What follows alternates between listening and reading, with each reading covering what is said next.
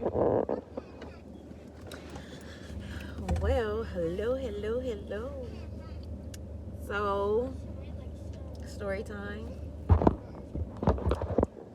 I am Danielle, and I am committed to sharing my experience with being a multiple mother, um, multiple mom. um, like in my last video, I was stating the fact that I have had been pregnant with 3 sets of twins. I successfully have 2 sets, and I have two 17-year-olds and You just stepped on my foot. 2 1-year-olds. They're fighting. This is like raw and uncut, like legit. Like my children are in the back fighting. This is my life. This is us. And they're 17 years old. Stop telling her to throw the football. The baby of the oldest crew. Bro, like I have 2. Stop doing that. Kyla, That just hit one of the babies. Stop. I have 2 toddlers. Now if they would start crying, That will be I would 1 hit next you. month. And I have 2 17-year-olds, which one of them, boy and girl. Both are sets of boy and girl. I'm about to be a grandmother. My daughter's pregnant, and I was gonna do a story time about. They just completely threw me off with the fighting. This is insane. Kids, you gotta love them, right? About when I found out with my daughter, I found out how I found out and when I found out that my daughter was pregnant, and how I reacted and my feelings towards it. She's now 6 months. I'm gonna have a grandson. She's having a boy. When did I find out? I think I found out in March. What is this?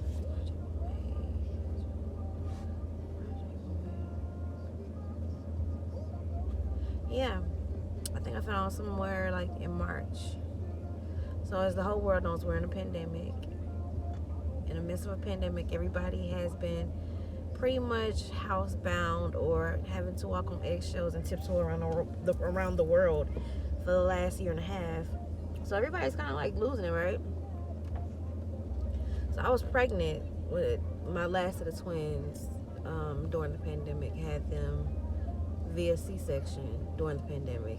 It was absolutely horrifying. I got really sick after I had them, just same as when I had my first set. I had to be sent back to the hospital. I had a seizure. Was in the hospital for 5 days. So I had to leave them. I was home for approximately like 6-7 hours. Had to leave them with their father and my mother for 5 days as I had, an infection in my uterus and had to go and be rushed back to the hospital and away from my newborns. But that's a whole nother story. So, I went through that last year. God has been good.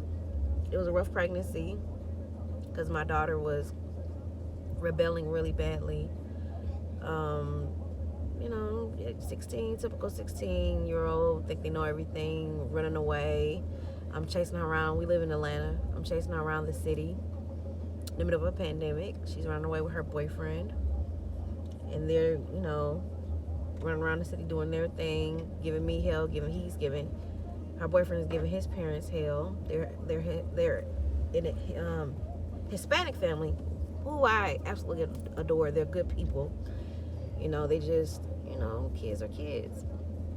Fast forward, I had her on birth control for 2 years because I just realized, I'm not stupid. I'm like, we have a pretty open relationship, and she came to me like, they've been together for a couple of years now, so I'm not stupid. I know they were active.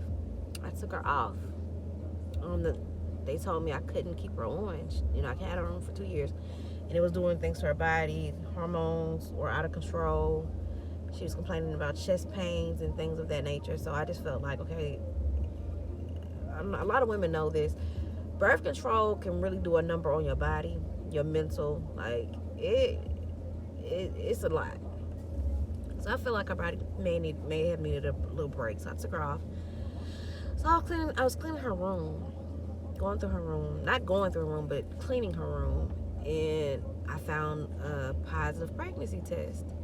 And it wasn't, they tricked me before with the fake test that was like, I guess like you got from that you would get from Amazon.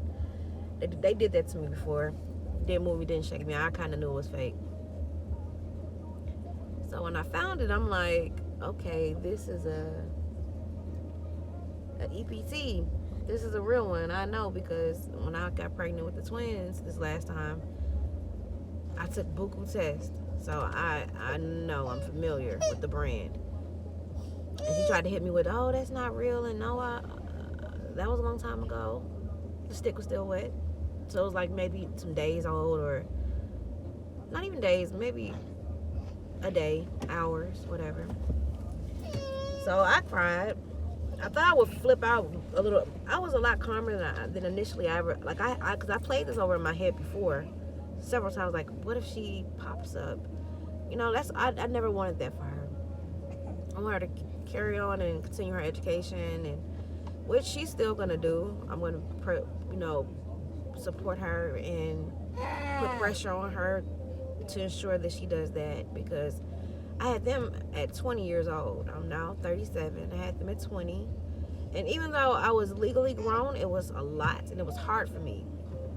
And I never wanted that for her. But here we are, fast forward. I was very hurt, very disappointed. I cried. I told her father. He was very upset. He was like, terminate. Then he called me like, God, he had a vision or a dream or something, and God came to him and told him absolutely not we were to go forward with this pregnancy with support and love, and that's what we're doing. So yeah, I'm about to be a grandmother. I'm still like in shock, because I always the rules for my children it was like 3 rules that they know. You embarrass me, I embarrass you.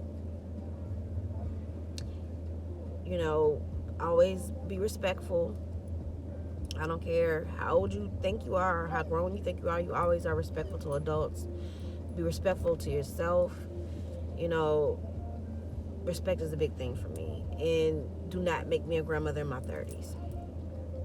Simple. So that's all I ask. Like, do not make me a grandmother in my 30s. But, you know, as the old saying will go, if you want to make God laugh, tell him your plans. Ha! Here I am, about to be a grandmother. But, you know, I love my daughter. I will ride till the wheels fall off. It's a me and her. All of my children. I mean, you know, regardless of how I feel, they're going to make mistakes. And the best mistakes in life are self-talk. You have to kind of like let it burn and hurt a little bit for us to learn sometimes. And the world is gonna ridicule and judge and critique her enough. I'm not gonna do it to her at home. What I have wanted it to be different. Of course, I wish she would have waited to college. I mean, no, not college, but after college, graduate college and live life a little, travel, get married, then have, you know, I wanted it that way for all of my children. But, you know, we're going to make the best out of this situation. And I know my daughter, she's strong. She's a tough cookie. She was bred well. She doesn't come from weakness. And she's going to be good. I have faith that she's going to be a good mother. You know, so, yep, that's how that went. And, you know, we're just acclimating still. So like I said, taking it one day at a time. She's a big help with her brother and sister, with the twins, with the babies. And even though it's nothing like having your own child, but she, I guess she's getting a little practice in, because they are a handful. And she is very helpful. So I am grateful for that. And yeah, so it's Sunday. It's a nice Sunday evening here in the A. And we about to go into fall. I'm excited about that. It is August the 28th. going into September. Whoop, whoop. I love the fall. So no, I'm just hopeful. I would say that in a world that is just so much craziness going on, it's, you know, always walking on eggshells and having to worry about, oh, corona this and corona that and vaccinations, and